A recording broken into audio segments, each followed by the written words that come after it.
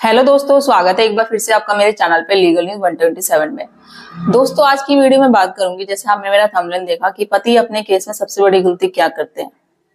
तो इस वीडियो में मैं आपको इसी चीज पर डिस्कस करूंगी। वैसे इससे पहले मैंने काफी सारी वीडियो भी बनाई है और काफी सारे को, जहां तक मुझे पता है, बहुत सारे पतियों को ऐसी नॉलेज नहीं होगी और नॉलेज होने के बावजूद भी वो ऐसी गलती कर देते हैं। देखो, मैं आपको हमेशा कहती हूँ कि ऐसी गलती आप मत करो जिससे कि आपको बाद में लेने की देनी पड़ जाए और फिर बाद में आप वही बोलते हो कि कोर्ट हमारी नहीं सुनता, हमने तो ऐसा किया ही नहीं है, हमने ये किया ही नहीं है, तो ऐसा क्यों हो रहा है, आप क्या करें, हमारी कोई सुनता नहीं है। तो आप ही खुद सबसे बड़ी गलती करते हो अपनी केस में। और वो क्या एक सबसे बड़ी गलती है, वो इस वीडियो में मैं आपको बताऊंगी। वीडियो में अंत तक जुड़े रहिएगा। आप मेरे चैनल पर नए जुड़े हैं तो चैनल को लाइक करना, शेयर करना, सब्सक्राइब करना बिल्कुल मत भूलिए और साथ ही बेल आइकन दबा दीजिए ताकि आपको टाइम टाइम पे मेरे वीडियो की नोटिफिकेशन मिलती रहे।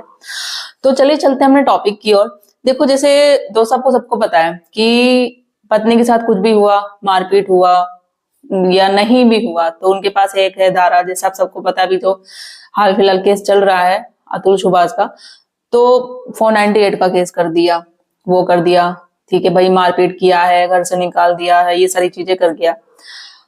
तो उसमें अगर हस्बैंड वाइफ के बाद डिस्प्यूट हो रहा है, अब उसमें क्या गलती करी, अगर आपकी दोनों की आपस की रजामंदी, आपसे सहमति से आप क्या कर रहे हैं कि ठीक है भाई, मुझे आपके साथ नहीं रहना है, पत्नी ये भी बोलती है, ठीक है हम क्या करते हैं, म्यूचुअल आपसी सहमति से तलाक ले लेते हैं, तुम मुझे एक सेटलमेंट अमाउंट दे दो और कोर्ट में हम हिंदू मैरिज जो सेक्शन 38 के थ्रू जाके डिवोर्स फाइल कर लेंगे। उससे पहले हम एक एग्रीमेंट बना लेते हैं, कितने इतने में सेटलमेंट करेंगे, जो भी अमाउंट है, और हम अब से तुम्हारा मेरा कोई रिश्ता नहीं होगा।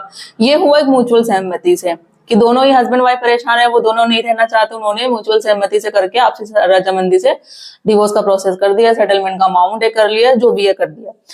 अब एक जो दूसरी सिचुएशन होती है जिसमें पत्नी क्या करती है, उसको रहना तो साथ में नहीं है बट वो शो करेगी भाई मुझे साथ में रहना है, उसके साथ गलत भी कुछ नहीं हुआ है बट ये बोलेगी मुझे, मेरे साथ बहुत सारा गलत हुआ है, मुझे मेरे पति ने प्रताड़ित किया है, सास ससुर ने मारा है, दहेज के लिए टॉर्चर करते हैं, ये वो करके वो कर देती है, 498 का केस कर देती है।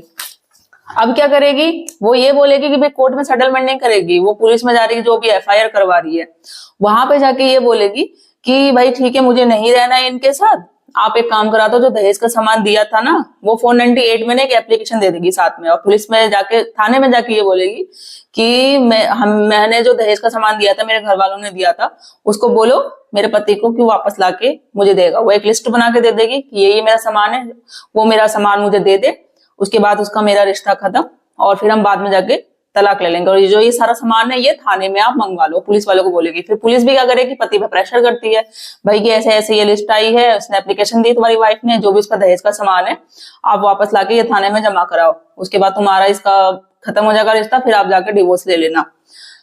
अब देखो, सबसे बड़ी गलती यही करते हैं पति, क्या करते हैं, जब जो बहुत ज्यादा परेशान होते हैं ना, बहुत दुखी होते हैं, वो ये क्या करेंगे, यार ठीक है बहुत ना, ये ना साथ में रह रही है, ना आ रही है जा रही है, अब सामान के लिए पीछे पड़ी ना, ठीक है सामान हम दे देते हैं इसको जो हमें मिला है, उसके बाद छुटकारा मिल जाएगा, वो भी खुश मैं भी खुश, कम से कम इस लाइफ से और ये जो केस चल रहा है उससे मुक्ति तो मिलेगी ना। वो यही करते हैं, प्रेशराइज टेंशन में आके वो सोचते कि ये मैं कर दूंगा, सामान दे दूंगा तो खत्म हो जाएगी बात।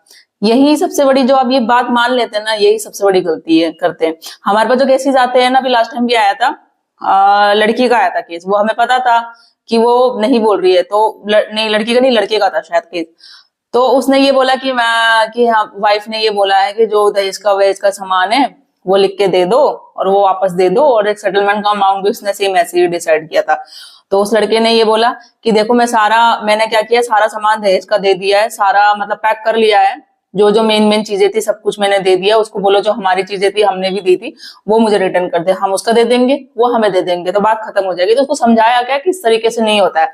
अब क्या इसमें हम अपनी सबसे बड़ी गलती कर रहे हैं, जैसे वाइफ ने थाने में गई, वहां पे बोला, एक लिस्ट जारी करी कि ऐसे ऐसे है, दहेज का सामान मेरे घर वालों ने दे रखा है, तो ये सारी चीजें वापस मंगा लो, मैं सेटलमेंट कर लूंगी, इसकी लाइफ से चली जाऊंगी, फिर डिवोर्स ले लूंगी बाद में जाके।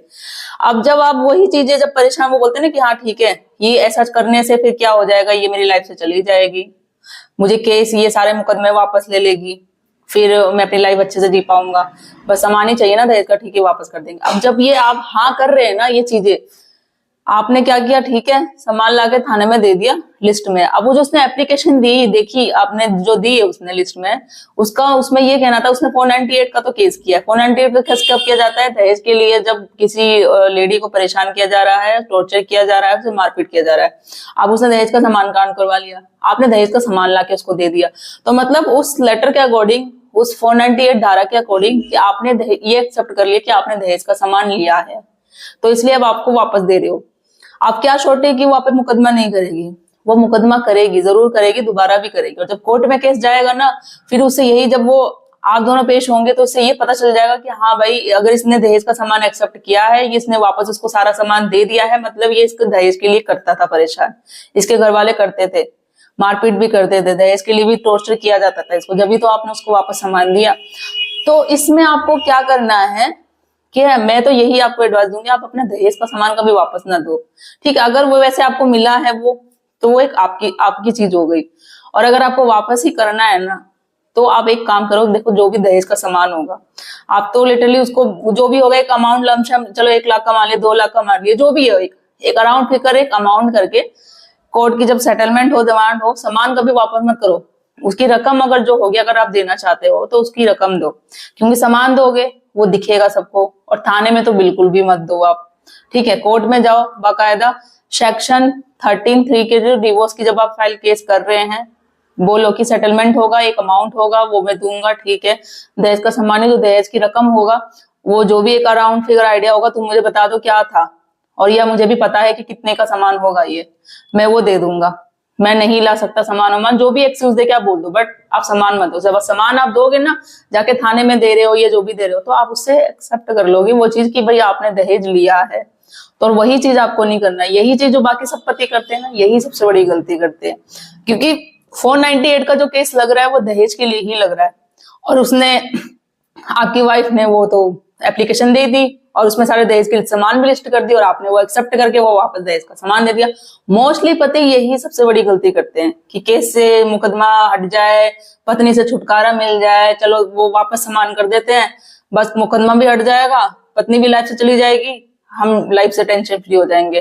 तो ऐसा बिल्कुल मत होगा, ये बिल्कुल आप मत सोचो नहीं कि होगा नहीं, दोबारा मुकदमा नहीं करेगी, वो दोबारा आपकी लाइफ में नहीं आएगी। और सबसे बड़ा, जो भी मुकदमा पति करती है ना, तो आपको सबसे बड़ा क्या काम करना है, सबसे बड़ा पेशेंट रखना है, धैर्य रखना है। क्योंकि होता क्या है, सब कुछ हो जाएगी, भाई क्या हो गया, केस कर दिया, 2-4 कर दिए, 5-6 कर दिए, आप जो होती है ना, तो समझ में नहीं आता क्या करना है। तो ऐसा कुछ करना नहीं है, पेशेंट रखो, धैर्य रखो। और अगर उसने वो उसके पास, उसको पता है कि मेरे पास कानून के राइट है, अधिकार है, तो आप भी पॉजिटिव हो गए, भी मोटिवेट होके आप क्यों निराश होते हो? आपके पास भी बहुत राइट्स है, बट ऐसी कुछ गलती मत करो, ठीक है।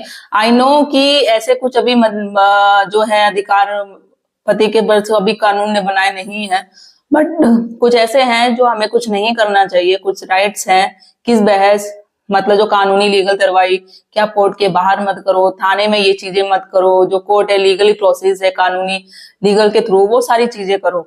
सामान मत दो, दहेज का देना है आपको तो ये करो, बहुत सारी चीजें। इससे पहले भी मैंने काफी सारी वीडियो बनाई है, आपको मैं बताती रहती हूँ कि क्या क्या करना चाहिए और होता है। इससे पहले मैंने जजमेंट भी काफी सारे सुप्रीम कोर्ट के, हाई कोर्ट के शेयर कर रखे हैं, तो उस चीज से भी आपको हेल्प मिलेगी। तो यही होगी, ये सबसे बड़ी गलती आप करते हैं, और ये मत करो आप जिससे आपको लाइफ टाइम पछताना पड़े। कभी सामान आप दो ही मत, देना है तो उसके अकॉर्डिंग आप एक लमसम एक अमाउंट आप कर दो, कोर्ट के जरिए सेटलमेंट के थ्रू, जब आप डिवोर्स की करो, थाने में कभी मत दो आप। तो आई होप गाइस आपको वीडियो अच्छी लगी होगी, और आशा करती हूँ आपको हेल्प मिलेगी इससे। तो वीडियो को ज्यादा से ज्यादा लोगों तक पहुंचाइए, शेयर करिए, और सब्सक्राइब करना बिल्कुल मत भूलिए। जल्दी मिलती हूँ मैं एक ऐसे इंटरेस्टिंग वीडियो के साथ, तब तक के लिए थैंक यू।